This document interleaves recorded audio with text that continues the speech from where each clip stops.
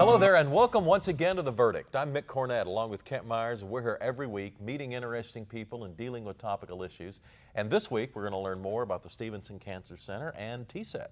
Yes, you had mentioned to me, as have others, that we ought to bring a show about TSET, the Tobacco Settlement Trust, and of course the Stevenson Cancer Center as well. These two subjects go together well, and we were able to work out a show with Dr. McCaffree from the OU Health Sciences Center to come talk to us about that. He's been kind enough to give us his time today, and we're going to find out more about both TSET and the Cancer Center. It's coming up today on The Verdict. We'll be right back.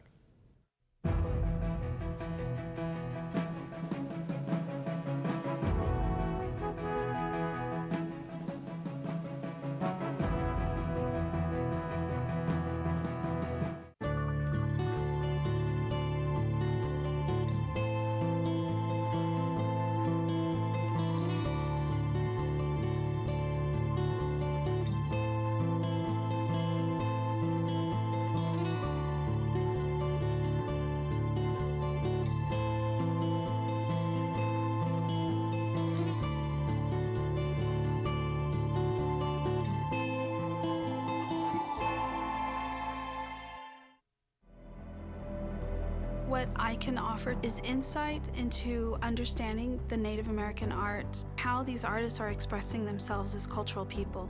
I am Heather Ottone. I'm a Native American researcher and curator, and I am Chickasaw.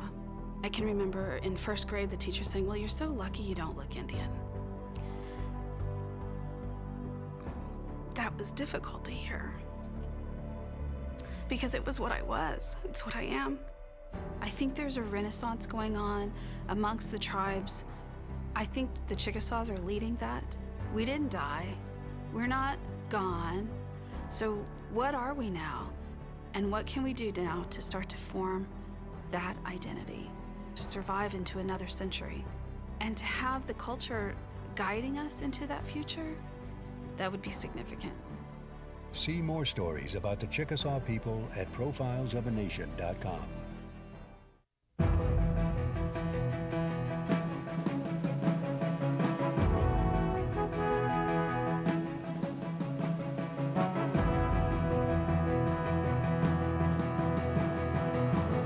We're back on The Verdict. Mick Cornett with Kent Myers. Kent's going to introduce today's guest. Today we're really pleased to have join us on the set of The Verdict Dr. Robert McCaffree, a physician from the OU Health Sciences Center. Dr. McCaffree grew up in Stillwater, did his undergraduate work at Oklahoma State University, did his law work at the University of Oklahoma, and since that time has actually been affiliated with the Health Sciences Center for 40 plus years.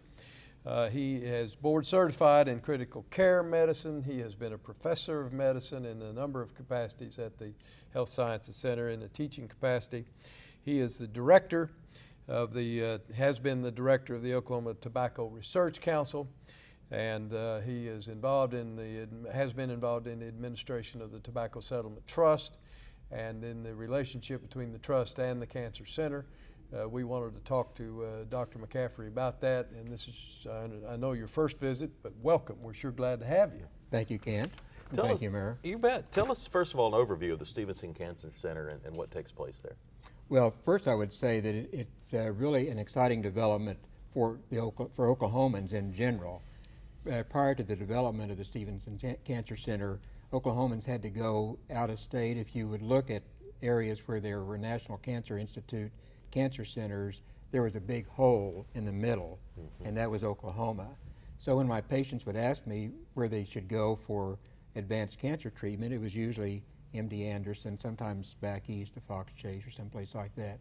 So with the development of the Cancer Center, Oklahomans no longer have to travel, hundreds or thousands of miles to get to a world-class cancer center, and that has been a very important development for the health of Oklahomans. Yeah. Physically, where is the Cancer Center actually located? The Cancer Center is on the Health Sciences Center campus, which is near Lincoln Boulevard and 10th Street. Now, you not only are involved in the Cancer Center administration, but you also see patients, do you not? I do.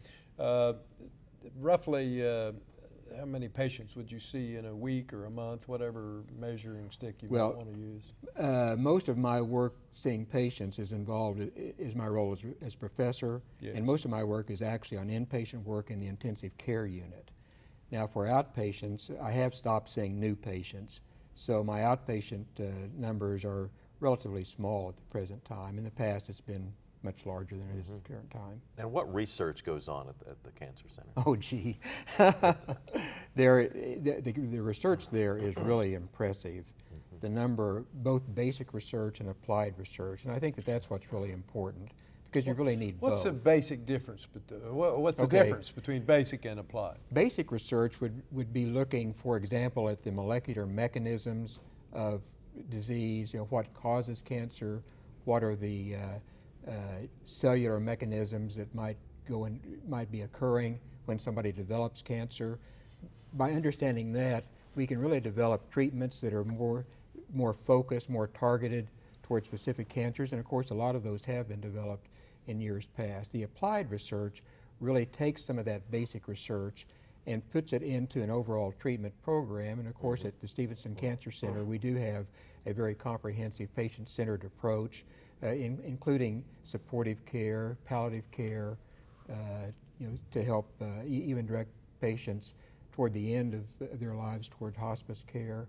So we have a very comprehensive approach to the treatment of cancer. Are the researchers medical doctors in all cases, or is there a combination?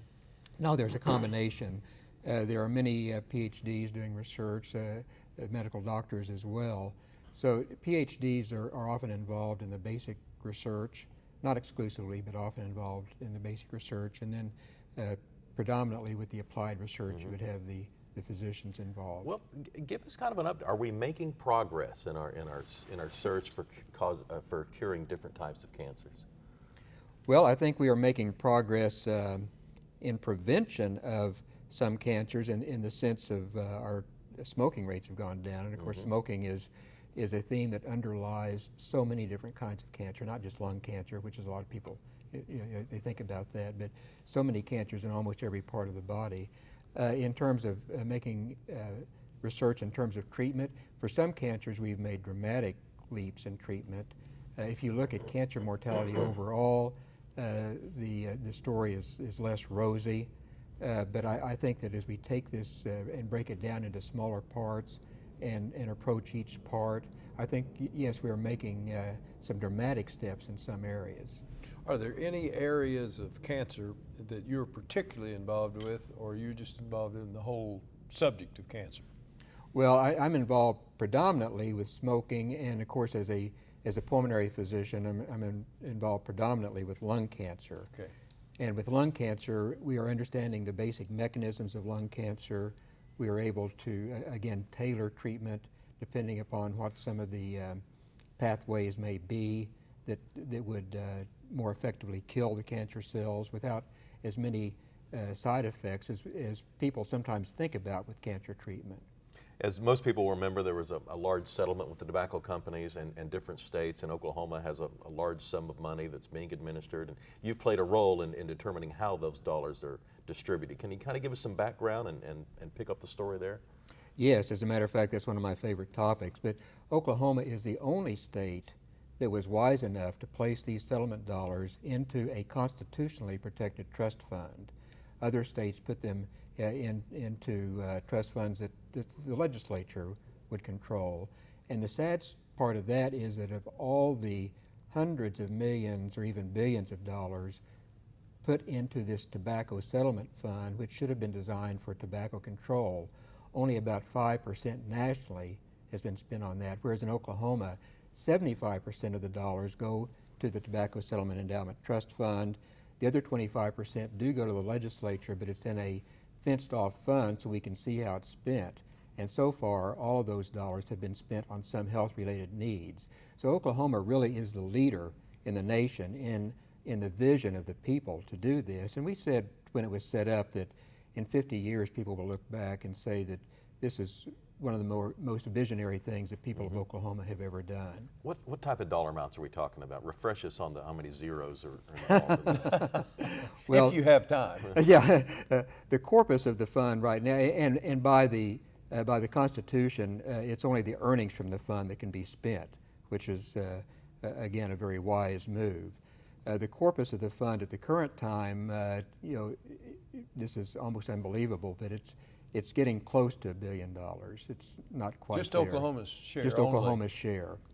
And right now, Oklahoma is spending overall, just on tobacco control, a little over $25 million a year, and we're one of the few states that is spending over half of what the CDC recommends that we spend. But wisely, when the trust fund board first met, we all agreed that we needed to spend the money for its purpose, and that was tobacco control. But as we have made progress in that area, the TSET board, of course I'm no longer on the TSET board, but the TSET board has also branched out into nutrition and exercise, two other huge health problems for Oklahomans. So those three are probably the biggest health problems that Oklahomans have. Some of the most, for me personally, some of the most effective television commercials I've ever seen are the commercials that push stop smoking or don't start, Right. whatever the case may be. Are those commercials nationally generated or are they locally generated? But they seem to me to be very effective. Actually, those are locally generated. Initially, when in the early days of TSET, we didn't have the money to generate our own, so we did partner, and we partnered with a lot of different agencies, but we partnered with the Legacy Foundation for their so-called truth ads. Yeah. Now we produce the Tobacco Stops With Me series of ads, which I agree with you, Kent. They are really very effective. They're powerful. Yes, they are. Why don't we jump in and get to a break? Dr. Bob McCaffrey with the Stevenson Cancer Center is our guest today. We'll have more with Dr. McCaffrey after this. Okay.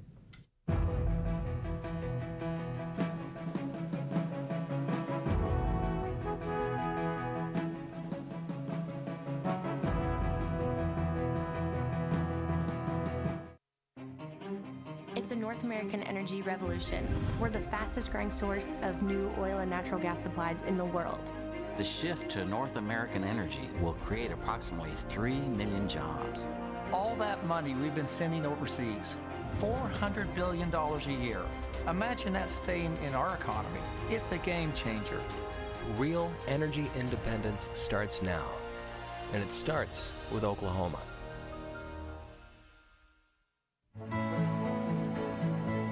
The good life comes naturally to Tulsa, where nature's beauty is matched with an eye for aesthetics. A legacy of neighborhoods graced with lawns and landscaping and handsome homes.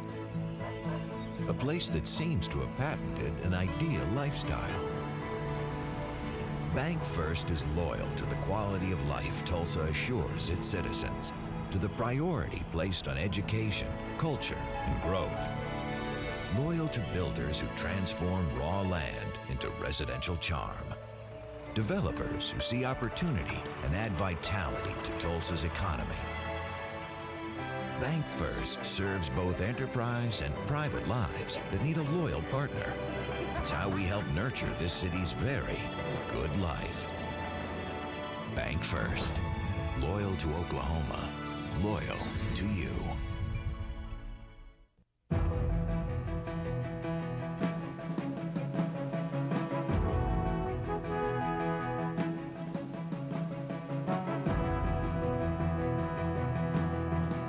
Welcome back to the set of the verdict. We're visiting with Dr. Bob McCaffrey from the Stevenson Cancer Center. You headed up TSET for a while. Can you give us some of the results and some of the accomplishments of the TSET dollars? Yes, that has been one of the most successful programs in the state, and I think a lot of people don't realize that. But if you look at what has happened with smoking in Oklahoma since TSET was funded, our smoking rates have gone down. They're still way too high, but we were at almost 29% of the adult smoking population, or adult population smoked when TSET started. Now it's down to about 23 to 24%. nationally it's still about 18%. But that's a lot of people. That's a lot of people. In that small 6 to 7%. That is number. a lot of people. More dramatically, the high school smoking rate has dropped almost in half, from about 33% down to about 18%. When did it peak? Do you remember? It peaked probably about in the 1999 to 2001 range.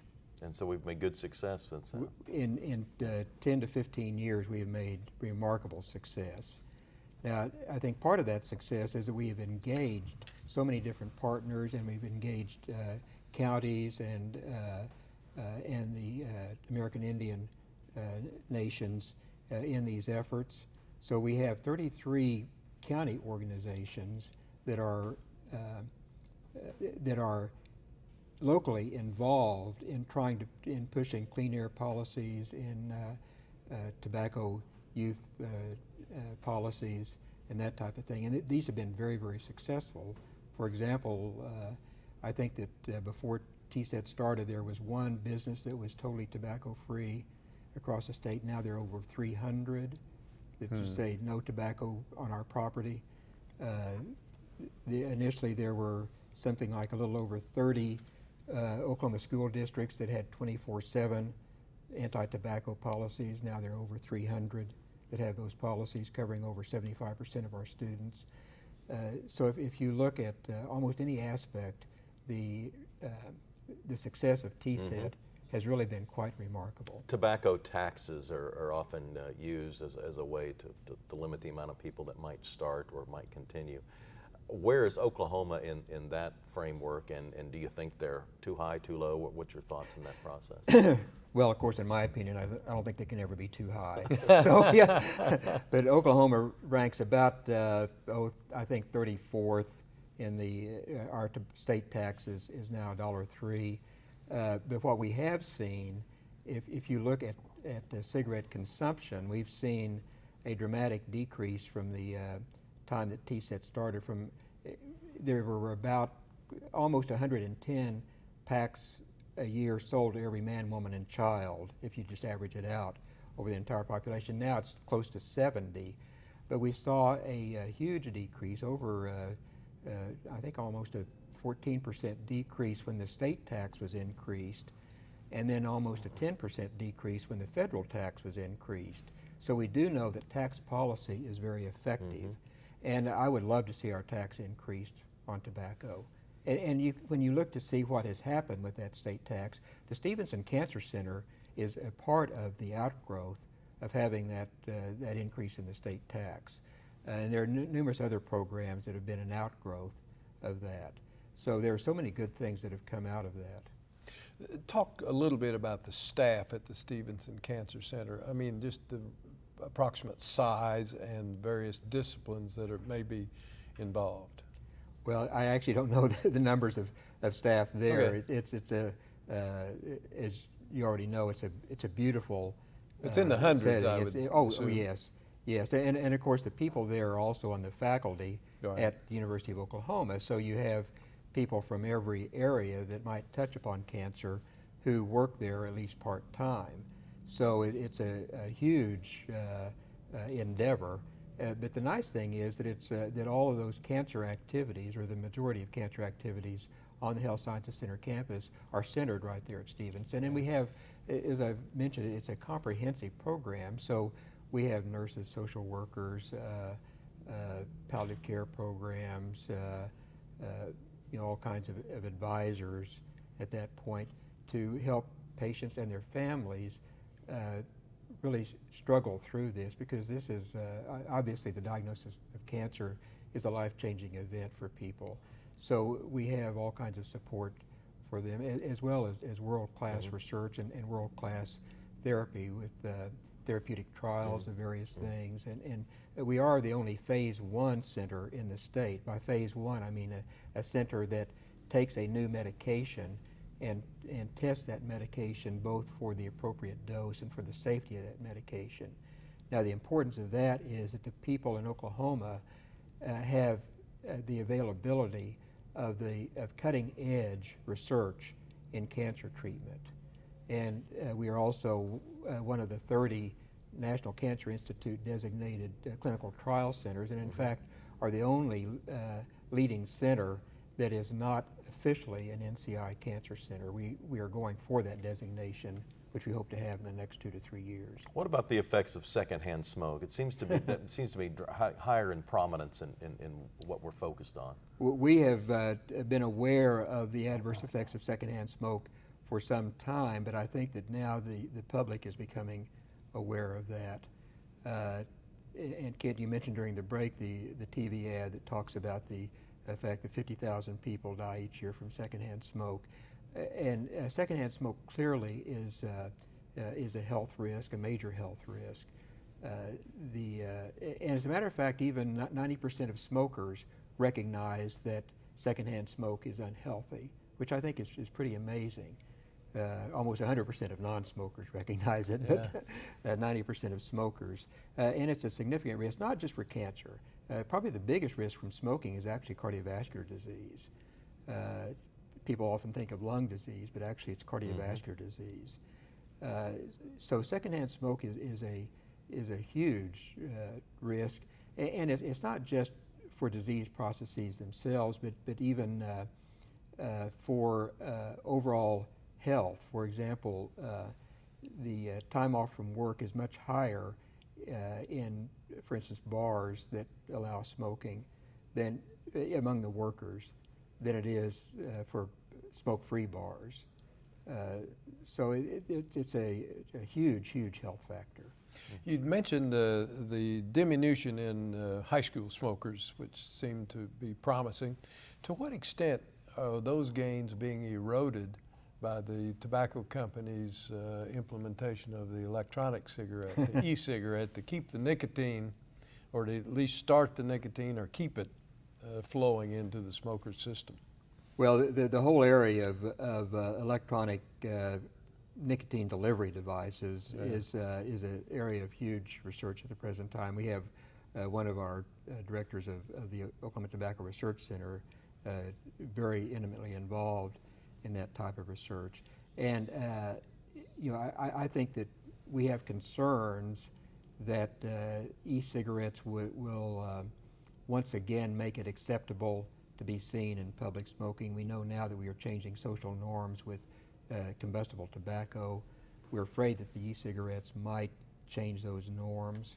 And also, tobacco companies are almost always a step ahead of us on their advertising, because they have huge amounts of money that they spend. For example, in Oklahoma, I mentioned that we spend about a little over $25 million a year on tobacco control. Tobacco companies spend $25 million a day to keep us addicted.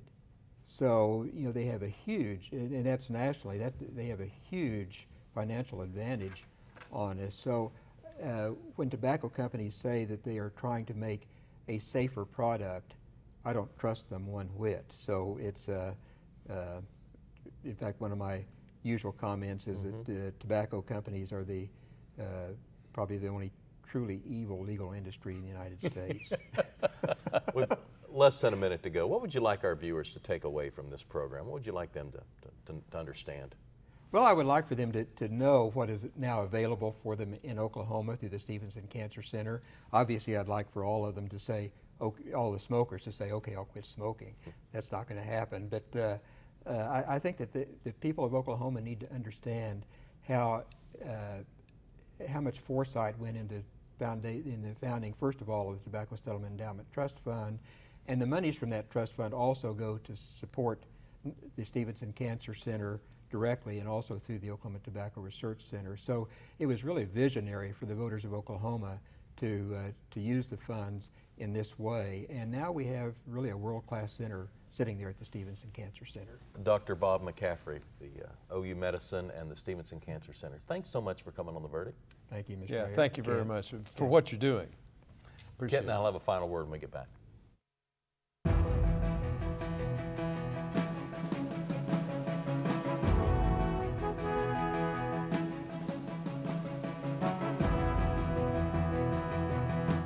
All children deserve a life of hope and love, but sometimes they experience a life of pain, neglect, and abuse.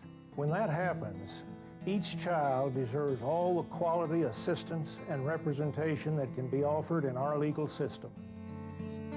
For more information, call 23-CHILD. Oklahoma Lawyers for Children, helping to bring hope and love back to the lives of abused children. You will always be Mom and Dad to me. We are a very conservative family, and we believe in old-fashioned family values. We have a loving home there, and we love kids, and we have 5, 6 of our own. And but I had no idea we were going to go into adoption, but it's been very gratifying. You will always be Mom and Dad to me. The Journal-Record is pleased to be a sponsor of the verdict. The Journal-Record, since 1903, the best source of Oklahoma business news and legal information. And for almost 30 years, Oklahoma political, government, and business leaders have turned to the McCarville Report for accurate, reliable, inside information. Visit the McCarville Report online.